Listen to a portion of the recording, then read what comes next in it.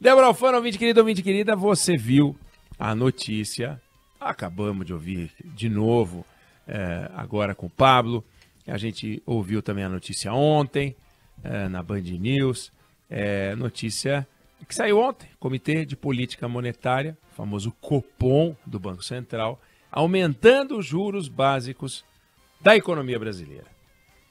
Já era 13,25, altíssimo, e foi para altíssimo mais ainda, 13,75%, o maior patamar desde 2016, quando os juros chegaram a 14%. Já avisaram no comitê que na próxima reunião, que vai ser em setembro, pode ser que ainda venha mais juros, ainda que num patamar menor. O Banco da Inglaterra acabou de aumentar os juros também, né, em meio ponto. A gente aumentou em meio ponto, eles aumentaram em meio ponto, só que o deles não é 13,75, o deles foi para 1,75. 1,75. O Banco Europeu também aumentou em meio ponto, só que o deles estava negativo, né? Os Estados Unidos aumentaram também, só que o deles fica na faixa de 2,25 a 2,5, né? O nosso 13,75. A pergunta aí eu queria hoje conversar um pouquinho, quer dizer, até quando o Brasil vai ser refém dos juros altos, né? Como é que a gente vai fugir dessa cilada? Você sabe que a taxa Selic, ela tem uma finalidade e um efeito secundário. A finalidade da taxa Selic além de ser um balizador, vamos falar, que aí é o efeito colateral, né? Mas a finalidade dela conforme ela vai subindo, ela combate a inflação, né? É um inseticida contra a inflação. Subiu a Selic, a inflação cai. E cai. Mas quanto que tem que subir para ela cair que é o nosso problema. Porque ela tem efeitos secundários. Ela é um guia das taxas de juros da nossa vida, do cartão de crédito, do cheque especial, da compra da casa própria, da prestação do carro comprado a prazo, etc. Subiu a Selic, o custo do dinheiro sobe, as pessoas compram menos, o financiamento das empresas também fica mais caro, há uma queda na atividade econômica. Se a gente pegar desde março do ano passado, os juros no Brasil só sobem, né? Era 2%, 2%, padrão americano, né? O atual padrão americano. Subiu 12 vezes, 13,75. O mundo inteiro está vivendo um surto inflacionário, o mundo inteiro está vivendo um surto inflacionário, não é só aqui. E se a gente pegar, os países do mundo todo também subiram juros. A gente acabou de falar da Inglaterra, Estados Unidos, Europa.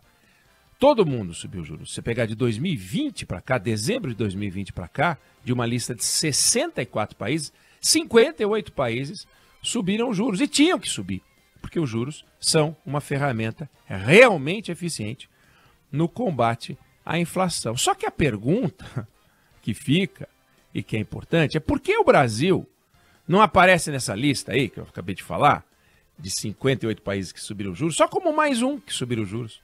Não, está lá o Brasil, está lá no meio. Não, a gente não está, subiu o juros. Não. Só tem 4 países que subiram mais do que a gente. Ucrânia, pelo amor de Deus, está em guerra. A Venezuela, que está quebrada. A Argentina, que a gente só não fala que está quebrada porque tem a Venezuela como definição do que é uma economia quebrada. Está quebrando. E a Moldávia, que depende do gás russo, vizinho da Ucrânia, tem uma região separatista, enfim. Tirando esses 4 países enrolados, encrencados, veio o Brasil. A única economia forte, realmente forte, grande, né, que estilingou os juros do jeito que a gente estilingou os juros. Então, por que a gente não é apenas mais um país a subir os juros de forma moderada, ainda que dizendo que é o maior aumento de juros, a maior inflação dos últimos 30 anos, 40 anos, como a gente ouve contar desses países todos. Outra pergunta que a gente tem que se fazer, né?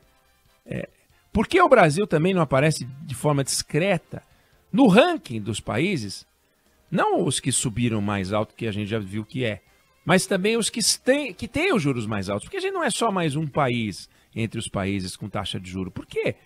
Porque a gente está em primeiro lugar no ranking dos juros reais, descontado da inflação.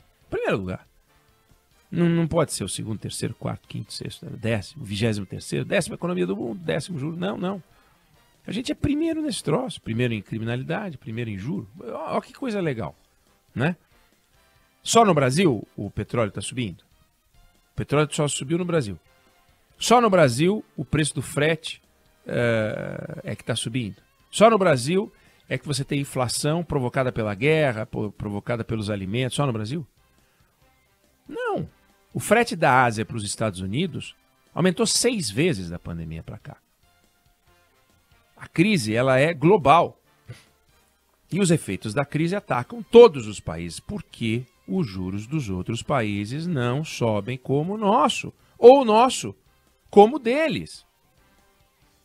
Enfim, a primeira coisa que a gente precisa saber é que não tem que ser assim, não teria que ser assim, mas vai continuar a ser assim enquanto o Brasil for do jeito que é, sem fazer a lição de casa. Tem lição de casa. Não é só decidir que não vai subir os juros, porque daí a inflação não cai. Tem que fazer uma lição de casa. A segunda coisa, a primeira a gente vai ficar como está se a gente não fizer a lição de casa. A segunda coisa, leva tempo.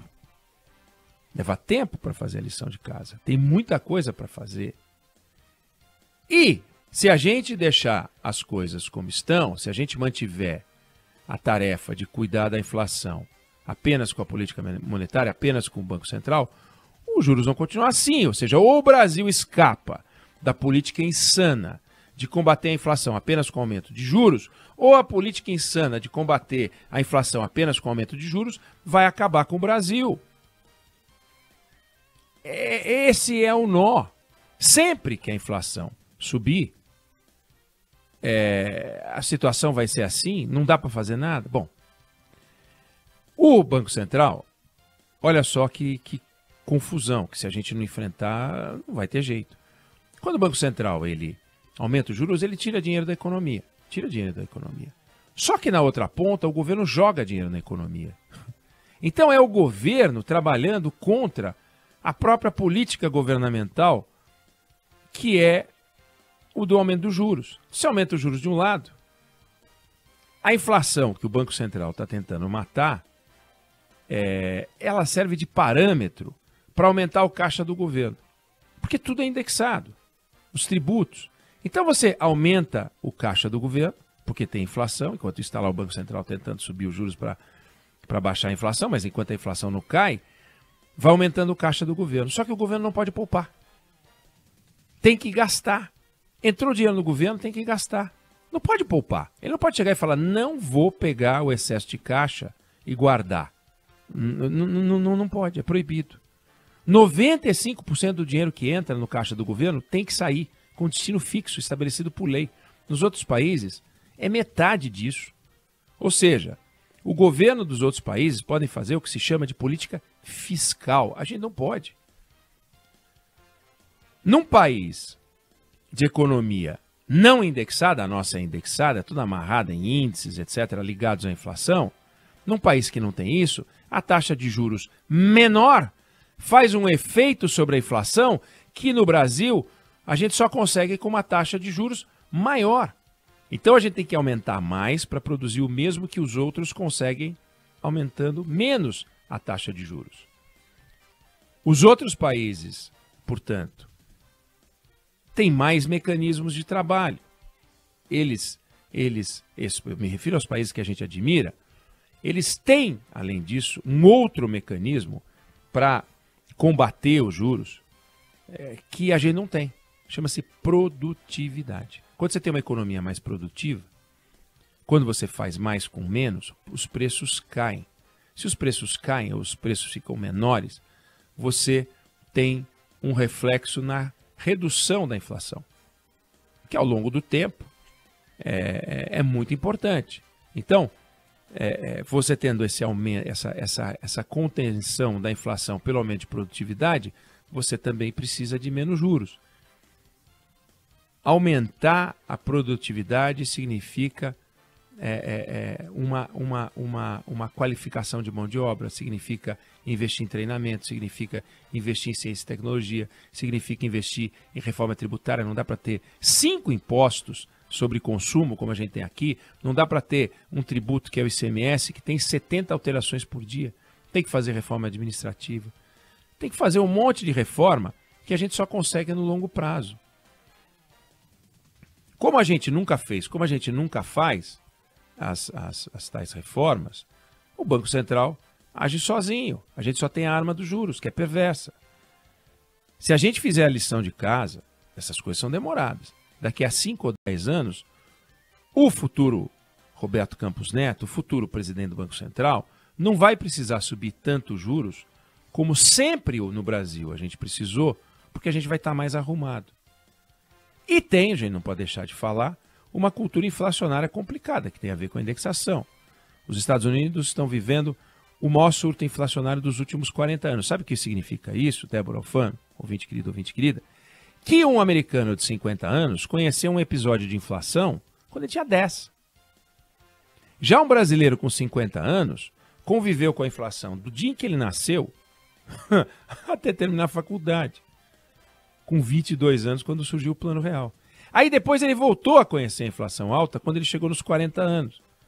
Por isso que a gente tem a maior taxa de juros desde 2016, porque nos anos de 2015 e 2016, pelas trapalhadas da Dilma, a inflação disparou, os juros subiram, chegaram a 14%.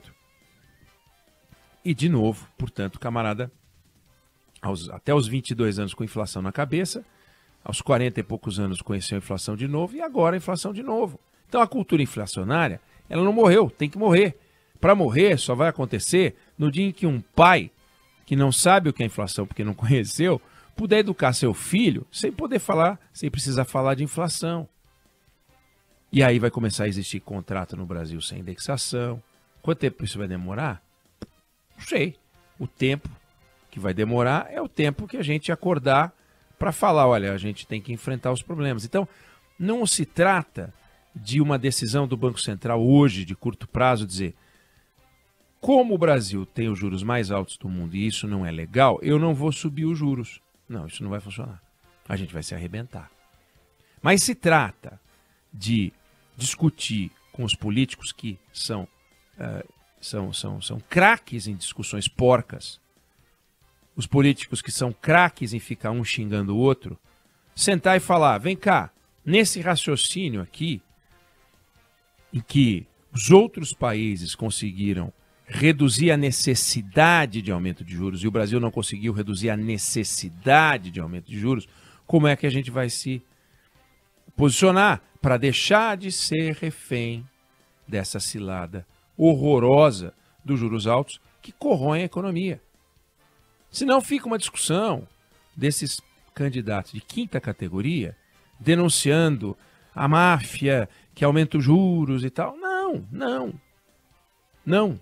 A gente tem um problema no Brasil, que é não enfrentar as grandes discussões. Volto a dizer, ou o Brasil escapa da política insana de aumento dos juros como única forma de combater a inflação, enfrentando e fazendo a lição de casa, ou então essa política insana de combater a inflação com aumento de juros vai destruir o Brasil.